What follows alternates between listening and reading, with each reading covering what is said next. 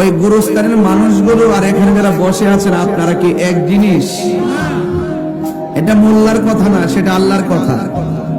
যারা 3.5 হাত নিচে শুয়ে আছে ওই মানুষগুলো আর আমরা যারা উপরে আছি তারা, উভয়ের বাস্তবতা হলো এইরকম যে ঘরের মধ্যে একটা ফুটা থাকলে বৃষ্টির পানি পড়লে ফুটাটা বন্ধ করে দেয় যেন ঘরের মানুষের উপরে পানি না পড়ে।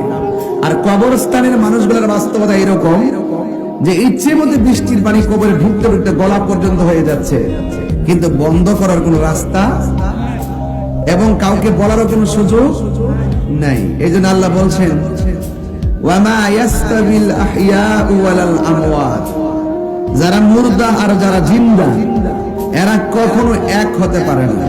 গোপনগরে ঘরে আগুন লাগলে ফায়ার সার্ভিস আগুন নিভাবে, কিন্তু গুরুস্থানে যদি কবরে জাহান্নামের আগুন ঢুকে যায় ফায়ার সার্ভিস আগুনের নিবানোর কোনো ব্যবস্থা।